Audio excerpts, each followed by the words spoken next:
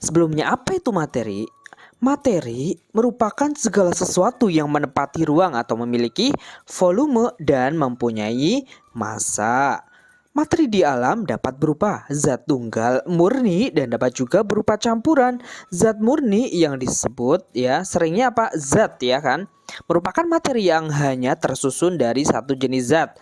Campuran merupakan materi yang tersusun dari dua zat atau lebih. Nah, contohnya misalnya paku merupakan materi yang berupa zat tunggal, kemudian ada perhiasan emas, misalnya cincin juga merupakan materi kan hanya tunggal AU emas. Air laut merupakan sebuah campuran dari apa? Ada air, garam dan zat cair lainnya. Kemudian kita menghirup oksigen atau udara Udara itu terdiri baik bisa berupa oksigen, nitrogen, hidrogen, karbon dioksida. Nah, itu hal ini terkait dengan wujud zat. Ada 3. Pertama, padat, cair, dan gas. Untuk masing-masing ciri-cirinya, ayo kita bahas. Mengenai materi jelas harus memiliki massa dan menempati ruang. Berdasarkan karakteristik benda, wujudnya itu ada benda padat, cair, dan gas. Ini kayu merupakan benda padat, balon gas di dalamnya ada udara berupa gas. Kemudian air merupakan benda yang cair. Nah, perubahan wujud ada apa? Mencair, membeku, menguap, mengembun, menyublim, dan mengkristal. Apa itu perubahan dari apa dan apa? Baik, sebelumnya wujud zat apa itu padat? Jadi ini ada perbedaannya antara padat, cair, dan gas. Nah, ini sebagai contoh, gasnya di sini adalah uap airnya, kemudian apinya atau ada uapnya itu sebagai gas, airnya sebagai cair, kemudian si kettle atau panci sebagai padat. Padat sendiri memiliki ciri molekulnya teratur dan rapatnya kan ini teratur sekali Kebalikannya kalau cair itu agak sedikit renggang Nah, nih. Kemudian di sini ada gas. Ini jelas lebih renggang sekali tidak teratur. Kemudian ikatan antar molekulnya itu sangat kuat kan. Wah, nih semakin banyak orang kan semakin kuat. Kalau cair itu enggak terlalu banyak Jadi ikatan antar molekulnya itu kuat tapi enggak terlalu Ini berarti kalian lomba tarik tambang kan jelas lebih menang yang padat kan lebih banyak. Kalau yang molekul gas itu lebih renggang, sangat renggang sehingga apa? Kekuatannya gaya ikatnya itu sangat lemah. Kemudian gerak antar molekul itu terbatas kan. Ini udah sesek-sesekan kalian di kelas itu ada 100 orang. Wah, umpel-umpelan Nah, itu jelas gerakannya terbatas. Kemudian kalau cair jelas gerakan molekulnya agak bebas. Kalau yang gas ini kan saking sepinya orang di kelas sehingga gerakannya bisa ke sana ke sini atau dia akan bebas. Kemudian bentuknya untuk gas dan volumenya itu selalu tetap kan. Kalian menjatuhkan pulpen, dia kan bentuknya sama tetap, kemudian volumenya juga tetap. Kalau yang cair kalian misalnya bentuknya itu adalah menepati tempat. Misalnya kalian punya air di gelas di gelas kemudian dipindahkan ke botol, otomatis dia kan mengikuti sesuai dengan tempatnya. Volumenya jelas awalnya 200 mili dipindahkan tetap 200 mili. Kemudian kalau gas bentuk dan volumenya selalu mengikuti wadahnya berubah. Itu perbedaannya. Di sini contohnya dari si lilin ada lama-lama mencair. Perubahan wujudnya contohnya dari padat menjadi gas disebut dengan menyublim. Contohnya apa? Misalnya ada kapur barus awalnya padat, lama-lama dia akan mengikis. Kemudian mengkristal.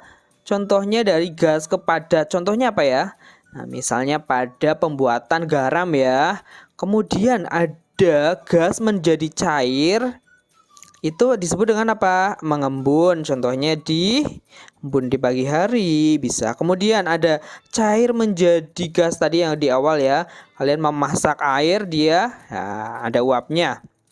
Kemudian padat menjadi cair, contohnya apa? Bisa ini juga bisa dari si lilin dia lama-lama kan dia kan meleleh atau mencair. Kemudian proses pembuatan sabun atau lilin untuk yang perubahan cair menjadi padat disebut dengan membeku. Kalau yang keterangannya merah itu memerlukan kalor, yaitu apa? Dari menyublim, menguap dan mencair. Kebalikannya kalau yang melepas kalor siapa saja? Ada yang membeku, mengkristal dan mengembun. Gampang ya. Kemudian perubahan materi secara umum ada dua sifat, namanya ekstensif yaitu berupa massa dan volume. Kalau intensif itu ada perubahan fisika dan kimia. Apa itu intensif dan ekstensif? Kalau ekstensif yaitu zat sifatnya itu tergantung pada jumlah atau ukurannya ya.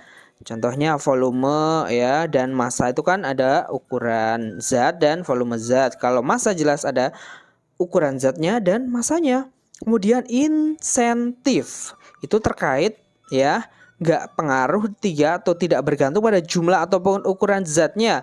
Nah, sifat fisis atau fisikanya seperti apa? Bisa warna, bau, rasanya seperti apa, kerapatan dan titik didihnya.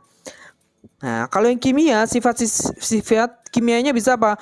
Terbakar tidaknya, kestabilan, reaktif tidaknya, bisa berkarat atau tidak. Itu adalah sifat insentif dan ekstensif ya.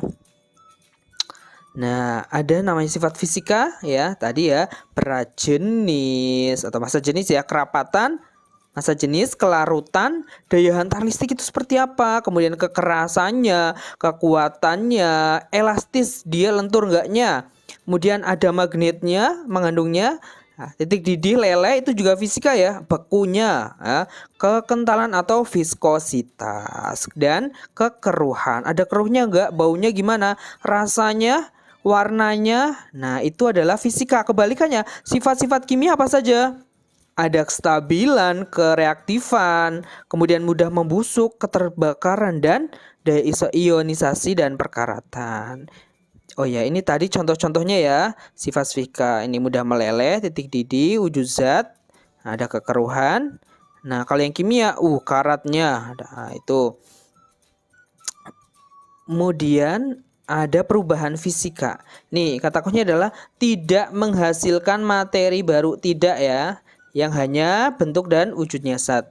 Ya, hanya bentuk dan wujud dan materinya. Perubahan fisika bisa perubahan bentuk, perubahan wujud ya, menyublim, mencair, kemudian apa tadi, mengkristal ya dan lainnya. Itu adalah perubahan wujud, itu semuanya masuknya perubahan fisika. Kemudian ada perubahan karena pelarutan atau pengeringan, perubahan karena adanya arus listrik ya, ini misalnya ya. Wah, ini ada magnetnya juga, itu termasuk dari perubahan fisika. Kemudian kebalikannya perubahan kimia, adanya zat baru ya. Jadi menghasilkan zat baru.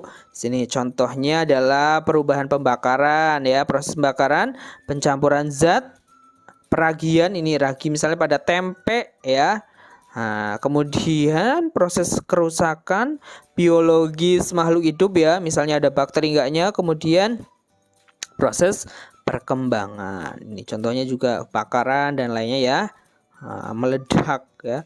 Itu adalah fisika dan kimia. Cirinya apa?